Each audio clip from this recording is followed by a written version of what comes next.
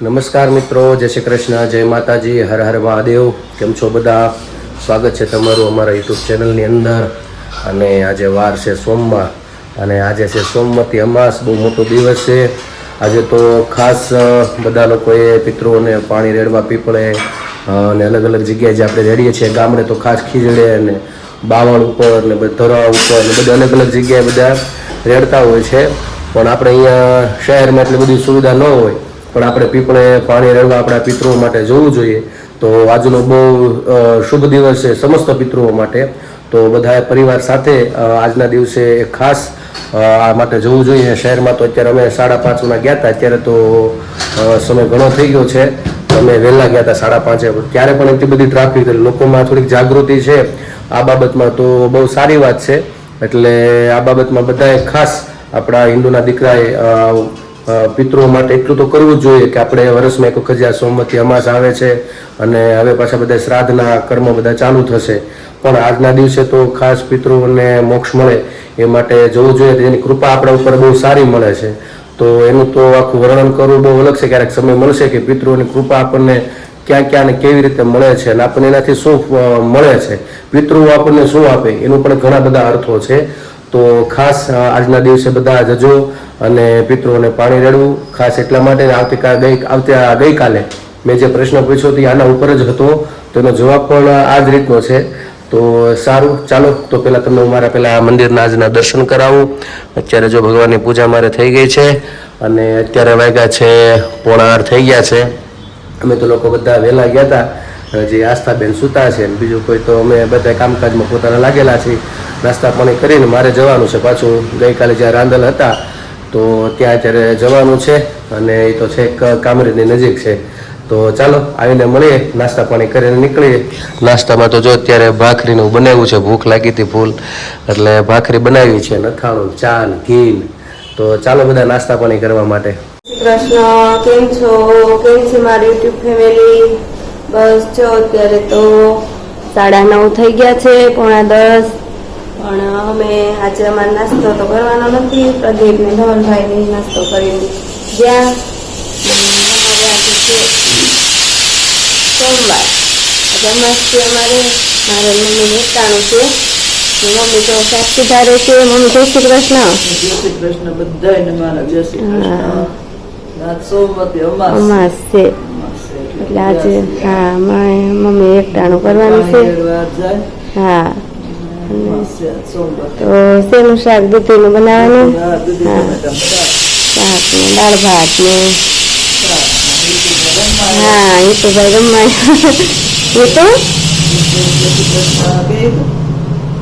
જય શ્રી કૃષ્ણ કે એ તો તો મમ્મી શાક સુધારે છે અને આ બાજુ દાળ ઉકાળવા મૂકી દીધી અને આ બાજુ છે આસ્થુને લઈ જવાની સાંજે થૂલી. તો થૂલી મૂકી બનાવવામાં થૂલી છે અને આ દાળ ઉકળવા મૂકી. હવે દાળ વઘારું, ભાત થઈ ગયા અને લોટ બાંધી દઉં. પછી આસ્થુબેનને ઉઠાડું, એને આજે જવાનું સ્કૂલે અને એને પછી નાસ્તા પાણી કરાવું, તૈયાર કરવું. તો આજે તો વરસાદ તો છે નહીં, બહુ અંધારું છે, એકદમ વાદળા અને કાળું થઈ ગયું. અમારી બાજુ વરસાદ છે કે નથી, બહુ અંધારા ને એવું વાતાવરણ હા ઓલું થઈ ગયું છે. તમારે વરસાદ છે કે નથી કોમેન્ટમાં કહેજો. બસ જો અત્યારે તો 11 વાગી ગયા છે બપોરના, પણ અત્યારનું આજનું વાતાવરણ તો તમે જુઓ, એકદમ વરસાદ આવે એવું છે. વાદળાનું એકદમ કાળું વાતાવરણ, એકદમ વરસાદ આવે એવું છે. હું આવી હતી કપડાં સુકવવા ઉપર અને વાતાવરણ તો જોઈને મને એમ થયું હમણાં જ ઢગલો થઈ જવાનો છે વરસાદનો. આ બાજુ છે પતરા શેડ છે, એટલે આવી રીતે અમે અહીંયા કપડાં સૂકવી દઈ શેડમાં. ચાલો કુંડામાં પાણી ધોઈને કુંડું ભરી લઉં ને ફૂલઝાડને તો કાંઈ નથી પાવાનું, પણ કુંડું ને ધોઈને ઉછળી નાખું ને પાણી ભરી લઉં ને એવું કરું. ચાલો મિત્રો, અત્યારે વાગી ગયો છે 1:15 અને જો રસોઈની તૈયારી થઈ ગઈ છે ચાલુ. આ બાજુ રોટલી બનવાની ચાલુ થઈ ગઈ છે અને ભગવાનનો થાળ પણ તૈયાર થઈ ગયો છે. તો પહેલાં આપણે ભગવાનને જમાડી દઈએ. ચાલ જાગું, ભગવાનને જમાડી દે પહેલાં. થાળ જો ભગવાનનું ભરાઈ ગયો છે અત્યારે. આજે સોમવતી અમાસ છે અને અમે ઘરે બનાવ્યું છે. શું બનાવ્યું છે? ઓરમું, એટલે ફાડા લાપસી જે કે ઓરમું બનાવ્યું છે. ને ભગવાનને જો થાળર પણ કરી દીધો. ચાલો ભગવાનને કહી જમવા વધારો. થૂલી ચાલો ભગવાનને જમાડી દીધા છે. હવે બધા અહીંયા જમવા બેસવા માટે આવી ગયા છીએ. વરસાદ પાછો ચાલુ થઈ ગયો છે. આજ તો શિયાળા જેવું લાગે છે. અહીંયા આમ ઠંડી લાગે છે. રોડ ઉપર તમે બાઇક લઈને નીકળો એટલે આમ ઠંડીનો પવન બહુ વધારે. વરસાદ અત્યારે ચાલુ છે પણ છેક સુધી વાદળા અને ઠંડુ જે શિયાળામાં વાતાવરણ હોય સવારમાં ભેજવાળું ને ઠંડુ ને એવું બધું વાતાવરણ છે. અત્યારે પાછો વરસાદ ચાલુ થઈ ગયો છે. તો ચાલો અમે લોકો પહેલાં જમી લઈએ પછી બધા મળીએ પાછા. તો બસ અત્યારે વાગી ગયા છે 7:30 અને અહીંયા જો દીવાબત્તી કરી લીધા છે. જય ભગવાન. અને આ બાજુ જો રસોઈની તૈયારી થાય છે. રસોઈમાં તો સેવ ટમેટાનું શાક ને ભાખરી અને પરમ દિવસે મેં માખણ બનાવ્યું હતું. કાલે માખણ બનાવ્યું હતું. એ જો અહીંયા ઘી બને છે. ગરમ કરું છું ઘી ને આ બાજુ દૂધ થઈ ગયું. હવે સેવ ટમેટાનું શાક બનાવવાનું છે. ટમેટા સુધારાઈ ગયા અને સેવ ટમેટાનું શાક ને ભાખરી. મારે મમ્મીને તો આજે અમાસ, સોમવતી અમાસ એકટાણું છે ફરાળ. એટલે અમે તો જો આ લઈ આવ્યા તો વેફર ને ચેવડો દૂધ ને કેળા ને એવું બધું ખાઈ લેવું. અને આ ત્રણને છે જમવાનું તો શાક ભાખરી બનાવું છું. અને મમ્મી બધા જો ઓલી બાજુ લાગ્યા સ્થાન, કોઈ છે નહીં. મિત્રો અત્યારે વાગી ગયા છે 10 અને જો બધા જમીને ફ્રી થયા છીએ આજે. અને આજે તો બધા કંઈ કામકાજ થતું થયું નથી. વરસાદ આજ તો ધીમો આખો દિવસ આવ્યો છે. અત્યારે પણ ઝીણો ચાલુ છે. એટલે કાંઈ બીજું કાંઈ કામકાજમાં તો કાંઈ બહાર કાંઈ આવ્યું થાય નથી એવું બધું છે. અને આસ્થાબેન અત્યારે લેસન કરે છે ને મારી બા ફ્રી થઈ ગયા છે. તો આપણે પહેલાં ભજન સાંભળી લઈએ. શેનું ભજન ગાવાનું બાજે? ભોળાનાથનું સોમવાર છે ને છેલ્લો. હા, સોમવતી અમાસ છે હા અને સોમવારે છે એટલે આજ ભોળાનાથનું ગાય. હા, ચાલો તો મહાદેવનું ભજન સાંભળી લઈએ અને ત્યારબાદ પછી આપણે પ્રશ્ન જે પૂછેલો હતો એનું આપણે જવાબ ને બધું કરીએ. અને જોઈએ આપણે નવો પ્રશ્ન આજે પૂછવું અથવા કોશિશ કરું કે એકાદ દિવસ ખમી જાઉં પછી પ્રશ્ન આપણે અથવા રામાયણ અથવા મહાભારત કે આપણે શ્રીમદ ભગવદ્ ગીતા છે એના બેઝ ઉપર આપણે ટોપિક લેશું કોઈ પણ એક. કે રામાયણ આગળ વધશું તો પહેલાં બધા રામાયણના જ પ્રશ્નો પૂછશું. ત્યારબાદ એ રીતે સ્ટેપ બાય સ્ટેપ એવા રીતે કોશિશ ઈચ્છા છે મારી. તો આજનો દિવસ પ્રશ્ન નહીં પૂછું પણ આપણે પહેલાં પ્રશ્ન જે આપેલો છે એનો જવાબ અને હા પછી તો પહેલાં આપણે ભજન સાંભળી લઈએ આપણે. ત્યારબાદ આપણે પછી પ્રશ્નનો જવાબ કરીએ. કૈલાસમાં ઉડે રે ગુલાલ બોલો ઓમ નમઃ શિવાય. કૈલાસમાં ઉડે રે ગુલાલ બોલો ઓમ નમઃ શિવાય. કૈલાસમાં બેઠા ભોળા રે નાથ છે. કૈલાસમાં બેઠા ભોળા રે નાથ છે. સંગે પાર્વતી નાર બોલો ઓમ નમઃ શિવાય. કૈલાસમાં ઉડે રે ગુલાલ બોલો ઓમ નમઃ શિવાય. બ્રહ્મા ને વિષ્ણુ આરતી ઉતારે. બ્રહ્મા ને વિષ્ણુ આરતી ઉતારે. ચમર ઢોળે નિનાર બોલો ઓમ નમઃ શિવાય. કૈલાસમાં ઉડે રે ગુલાલ બોલો ઓમ નમઃ શિવાય. ગંગાજી એના પગ પખાળે. ગંગાજી એના પગ પખાળે. ચરણામત લે છે ભૂતગણ બોલો ઓમ નમઃ શિવાય. કૈલાસમાં ઉડે રે ગુલાલ બોલો ઓમ નમઃ શિવાય. ભૂત પલિત ને ભૈરવ નાચે.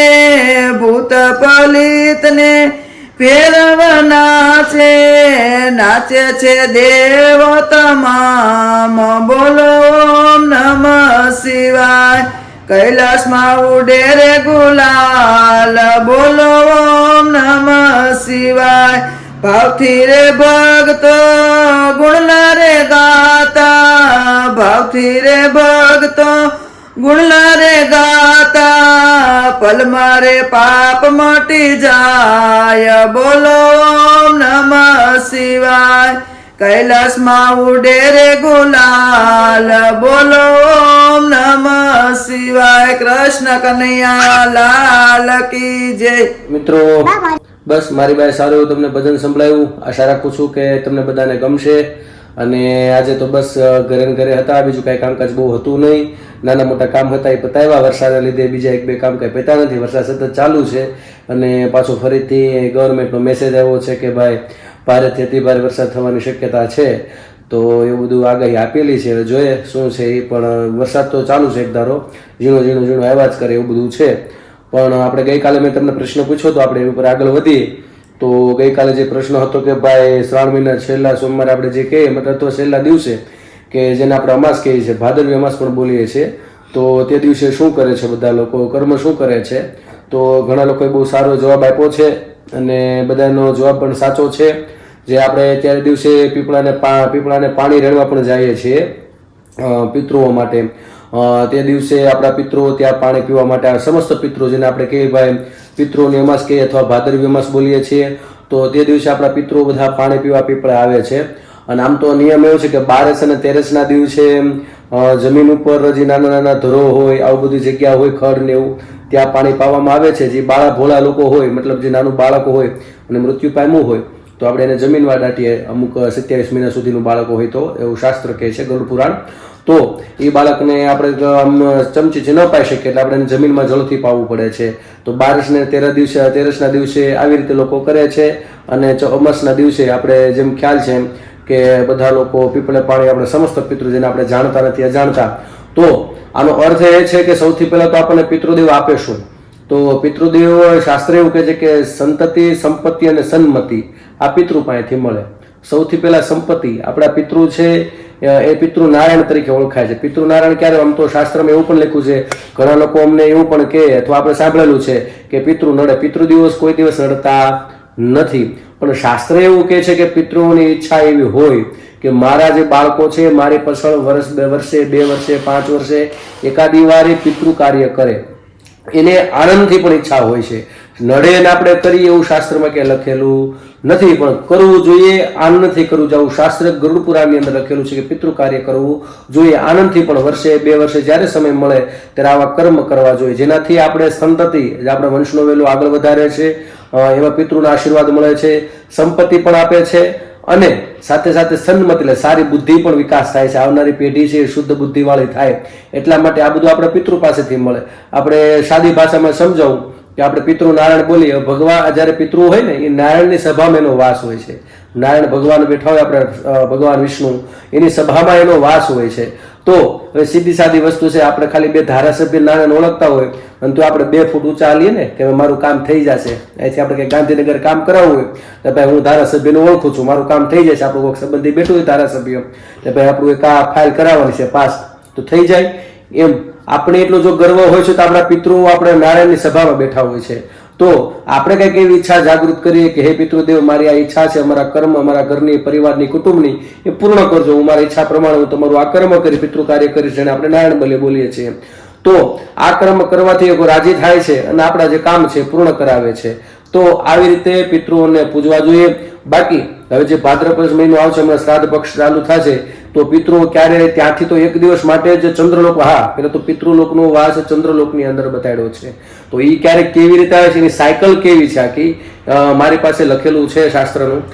સમય મળશે ત્યારે એ પણ હું તમને સમજાવીશ કે એનો અર્થ શું છે, ક્યારેય ચંદ્રલોકમાંથી પૃથ્વી તરફ આવે છે, કયા સ્વરૂપે આવે છે, કેમ આપણે પીપળે પાણી રેડવાનું, કેવા આપણે કાગડાને કાગવાસ નાખીએ છીએ. આ બધાને કાંઈક ને કંઈક કારણો છે.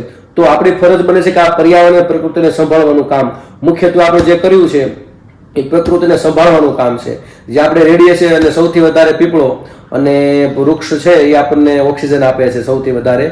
તો એનાથી આ ચારે બાજુ ઓક્સિજન રહે છે, કાર્બન ડાયોક્સાઇડ ખેંચે છે, શુદ્ધ હવા બનાવે છે અને આપણે એના થકી જ આપણે જીવી શકીએ. તો આપણી ફરજ બને છે તેને સાચવવાની. એ પણ એક મોટો સંદેશો છે. તો આ રીતે પણ પીપળે પાણી રેડવું જોઈએ. તો આજનો આ જવાબ છે. આમ તો અમે ઘણું ઊંડું ઉતરીએ તો બહુ સારા વિચારો છે આની અંદર. પણ આપણે જે સમય મળશે તો શ્રાદ્ધ પક્ષમાં મેં તમને કીધું એમ પિતૃ કેમ આવે છે, એની આખી ગતિ કઈ રીતે છે, કોશિશ કરી છે કે વિડીયોમાં આપણે ક્યારેક લેશું. તો આજે જેને જવાબ આપ્યો છે એનું હું પેલા નામ લઉં છું. તો સૌથી પહેલા છે છબીલભાઈ જુનાગઢથી છે, નીતાબેન ત્રાપસિયા ડેરી પીપરિયાથી છે, હિના અમદાવાદથી છે, અંશ દેસાઈ ઉનાથી છે અને રંજનબેન ધારીથી છે, યોગેશભાઈ ભાવનગરથી છે. તો બધાનો ખૂબ ખૂબ આભાર તમે આ ધર્મ પ્રશ્નોત્તરીની અંદર ભાગ લેવા બદલ. હવે મેં જેમ આગળ કીધું મારી બાએ ભજન ગાયું પહેલા કે આજનો દિવસ હું પ્રશ્ન નહીં પૂછું. હવે કાલથી આપણે નક્કી કરશું કે અથવા હું જોઈશ કે આપણે ફક્ત પેલા રામાયણ ઉપર કે મહાભારત ઉપર કોઈ પણ એક વિષય ઉપર આગળ વધશું, એમાંથી કંઈક રોજ પ્રશ્ન લેશું અને કંઈક નવીન થોડુંક કરશું. એ કોશિશ કરશું આપણે કે કઈ રીતેનું કરવું, અથવા આગળ કંઈક મારા મગજમાં કે બીજા પ્લાન ચાલે છે પણ કોશિશ કરશું કે આપણે ધર્મ સાથે જોડાઈ રહેલી. સાથે સાથે આ ફેમિલી બ્લોગ તો બનાવીએ છીએ પણ સાથે ધર્મની સાથે જોડાઈ રહી એવી કોશિશ મારી ઈચ્છા છે. તો આશા કરું તમને બધાને પણ બહુ ગમશે.